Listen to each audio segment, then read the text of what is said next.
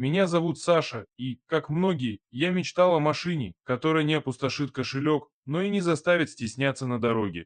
После долгих вечеров, проведенных с калькулятором в одной руке и ноутбуком с автомобильными форумами в другой, я остановил свой выбор на Лада Веста.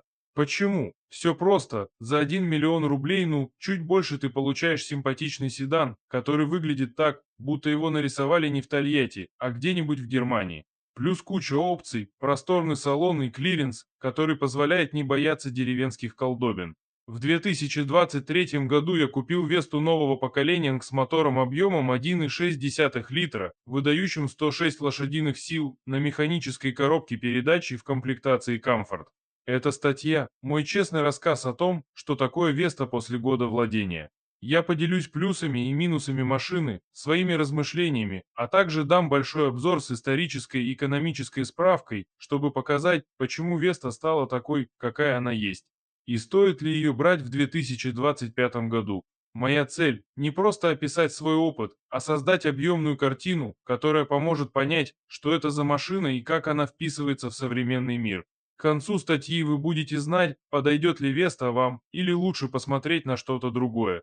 Ну что, поехали? Когда я впервые сел в салон Весты, честно говоря, был приятно удивлен. Пластик, конечно, не как в люксовых иномарках, но выглядит аккуратно. Жесткий, да, но все собрано добротно, кнопки не шатаются, руль приятный на ощупь. Сиденья удобные, даже после 3 часов за рулем спина не жаловалась. Панель приборов простая, но читается легко, а в моей комплектации был даже небольшой экран мультимедийной системы. Это, конечно, не космический корабль, но музыка играет, телефон подключается, и этого хватает. На дороге Веста тоже показала себя неплохо. Поначалу. Мотор 1,6 литра не превращает машину в ракету, но для города его хватает. Разгон до 100 км в час занимает 11,2 секунды, не спорткар, но и не черепаха. Механическая коробка передач переключается четко, хотя вторая передача иногда подвывает, как будто в машине поселился маленький волк. Подвеска– это вообще отдельная история.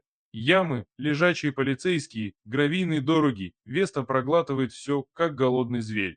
Клиренс в 178 мм позволяет парковаться у бордюра, не боясь оторвать бампер. А еще салон реально просторный, сзади трое взрослых могут сидеть без толкотни, а багажник объемом 480 литров легко вмещает чемоданы, мешки с картошкой или даже детскую коляску. Но знаете, что меня по-настоящему подкупило? Внешний вид.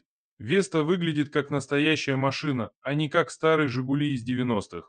Хобразная передняя часть, светодиодные фары в более дорогих комплектациях, потянутый силуэт. На парковке у магазина на нее даже оглядываются. Это не просто машина, это автомобиль, который не стыдно показать друзьям. Первые 3000 километров я был в полном восторге. Машина едет, не ломается, бензин расходует скромно, около 7 литров на 100 километров по трассе. Но потом началось. Сначала появился легкий скрип где-то в районе задней полки в салоне. Подумал, что мелочь, но через неделю к нему присоединился целый оркестр из передней подвески. На кочках Веста начала звучать, как старая деревянная телега, которую тащит по булыжникам. И это, напомню, новая машина, за которую я отдал 1 000 000 рублей. «Слышь, Саш, ты что, дрова в багажнике возишь?» – подшутил мой друг, когда мы ехали на дачу. «Да эта подвеска поет», – пробурчал я, а сам уже мысленно сочинял гневное письмо дилеру. Я поехал к официальному сервису. Там мастер, даже не моргнув, выдал: это втулки стабилизатора. Известная проблема. Смажем, и все пройдет. А если не пройдет, тогда поменяем по гарантии, не переживайте.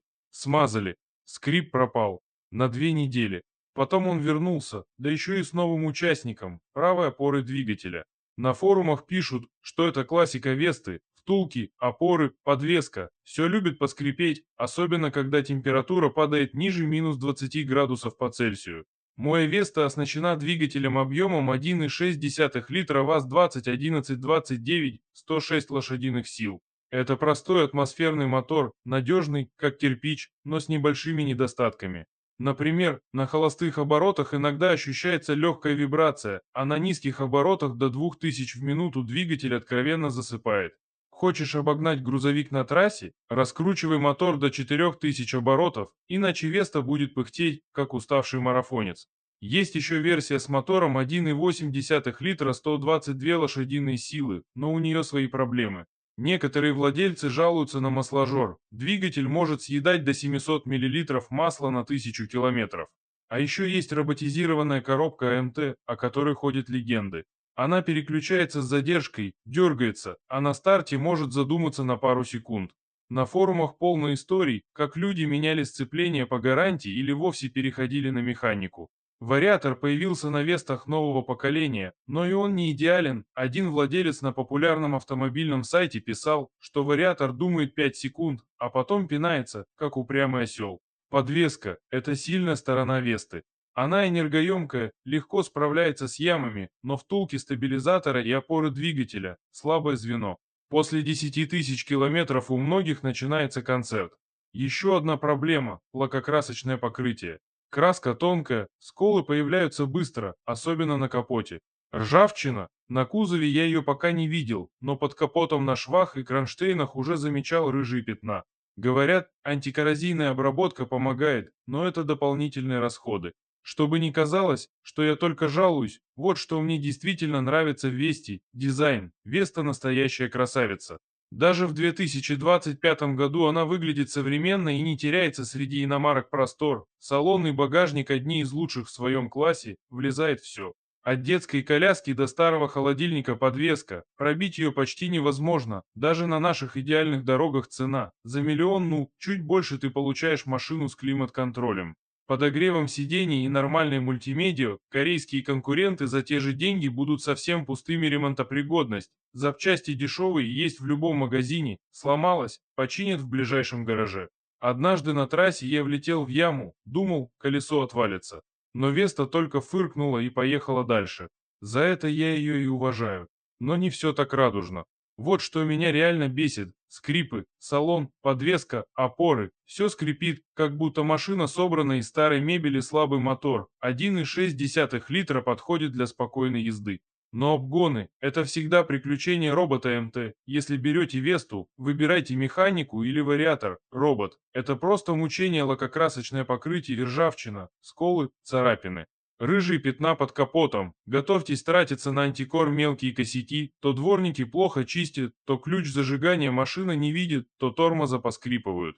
За год и 15 000 километров я трижды ездил к дилеру. Сначала смазывали втулки стабилизатора, потом меняли опору двигателя, а еще чинили замок задней двери, и он перестал закрываться. Все сделали по гарантии, но каждый визит– это потраченное время и нервы. На форумах пишут, что Веста может пройти 200 000 километров без серьезных поломок, если ухаживать за ней, как за ребенком. Но мелкие проблемы– это как абонемент, платишь временем и терпением. Чтобы понять, что такое Веста, нужно заглянуть в историю Лада и российского автопрома. Компания «АвтоВАЗ» появилась в 1966 году, когда Советский Союз решил построить завод в Тольятти с помощью итальянской компании «Фиат». Первые «Жигули ВАЗ-2101» были, по сути, переработанной версией «Фиат 124». Эти машины стали символом советской эпохи, простые, надежные, но морально устаревшие уже к 80-м годам. В 90-е годы АвтоВАЗ столкнулся с кризисом. После распада СССР завод остался без государственной поддержки, а конкуренция с иномарками стала жесткой. Модели вроде «девятки ВАЗ-2109» и «десятки ВАЗ-21010» были популярны, но их качество оставляло желать лучшего. Скрипы, ржавчина, слабые двигатели– все это стало частью имиджа «Лада». Прорыв случился в 2010-х годах, когда АвтоВАЗ начал сотрудничать с альянсом Renault-Nissan. В 2015 году появилась Lada Vesta, первая модель, которая выглядела как современный автомобиль. Ее разработали с нуля, а дизайн создал Стив Матин, бывший дизайнер Volvo и Mercedes-Benz. Vesta стала хитом, в 2018 году она вошла в тройку самых продаваемых машин в России, уступив только Hyundai Solaris и Kia Rio. Сегодня АвтоВАЗ– это часть государственной корпорации Ростех, а Lada остается лидером российского рынка. По данным аналитического агентства «Автостат», в 2024 году «Лада» занимала около 30% рынка новых автомобилей в России. «Веста» остается одной из самых популярных моделей, несмотря на конкуренцию с китайскими брендами, такими как «Черри» и «Джили». «Веста» — это не просто машина, это отражение экономической реальности России. В 2025 году средняя зарплата в России, по данным Росстата, составляет около 60 тысяч рублей в месяц. При этом цены на автомобили растут из-за инфляции, санкций и роста стоимости импортных комплектующих. Если в 2015 году базовую Весту можно было купить за 500 тысяч рублей, то сегодня ее цена начинается от 1 200 000 рублей. Для сравнения, корейский Hyundai Solaris и Kia Rio в базовых комплектациях стоят около 1,5 миллиона рублей, а китайский Cherry Tiggo или Geely Cellrai еще дороже. Веста остается одним из самых доступных вариантов для тех, кто хочет новую машину с современным дизайном и базовыми удобствами. Климат-контроль, подогрев сидений, мультимедиа – все это есть в Весте за цену, которую не предложат иномарки. Но есть и другая сторона медали. Качество сборки и материалов в Весте уступает конкурентам. Скрипы, слабое лакокрасочное покрытие, мелкие поломки – это плата за доступность.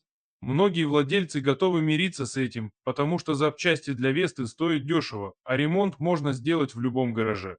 Например, замена втулок стабилизатора обойдется в пару тысяч рублей, тогда как на иномарке это может стоить в разы дороже. Чтобы понять, насколько Веста хороша или плоха, давайте сравним ее с конкурентами. Главные соперники Весты – это Hyundai Solaris, Kia Rio и китайские модели, такие как Chery Arizo или Geely Immigrant. Hyundai Solaris и Kia Rio – бестселлеры российского рынка. Они надежнее Весты, лучше собраны, но и стоят дороже.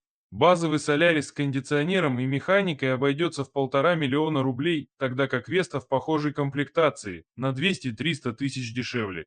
Плюс корейцы теснее, багажник Solaris всего 450 литров, а задние сиденья менее просторные. Но Solaris не скрипит, а его мотор 1,6 литра 123 лошадиные силы бодрее Вестовского. Chery Arizo и Geely Immigrant – китайские бренды активно захватывают российский рынок. Их машины выглядят стильно, напичканы электроникой, но стоят от 1,5 до 2 миллионов рублей. Качество сборки у китайцев выше, чем у Весты, но запчасти дороже и не всегда есть в наличии. Кроме того, китайские моторы часто турбированные, что повышает требования к топливу и обслуживанию. Веста же работает на простом атмосфернике, который переваривает даже не самый качественный бензин. Веста выигрывает за счет цены, простоты и ремонтопригодности. Но если вы цените комфорт и надежность, корейцы или китайцы могут оказаться лучшим выбором. Веста – это машина для тех, кто готов закрывать глаза на мелкие косяки ради большой выгоды. Она красивая, практичная и дешевая в обслуживании. Но если вы хотите автомобиль, который просто ездит без сюрпризов, Веста может вас разочаровать. За год владения я понял, что эта машина требует терпения. Скрипы, мелкие поломки, визиты к дилеру – все это часть опыта. Но в то же время я не могу не уважать Весту за ее характер. Она не сдается даже на разбитых дорогах, везет все, что в нее закинешь, и выглядит при этом достойно. Иногда я задаюсь вопросом, а не лучше ли было взять подержанную иномарку за те же деньги? Например, за 1 000 000 рублей можно найти Hyundai Solaris или Ford Focus 5-7 лет. Но потом я вспоминаю, что новая машина – это гарантия, отсутствие чужих сюрпризов и ощущение, что ты первый владелец. Для меня это важно. Если вы готовы мириться с мелкими недостатками, любите возиться с машиной и не хотите переплачивать за иномарку, Веста – ваш вариант. Она красивая, практичная и доступная. Но если вы мечтаете о машине, которая не требует постоянного внимания, подумайте дважды.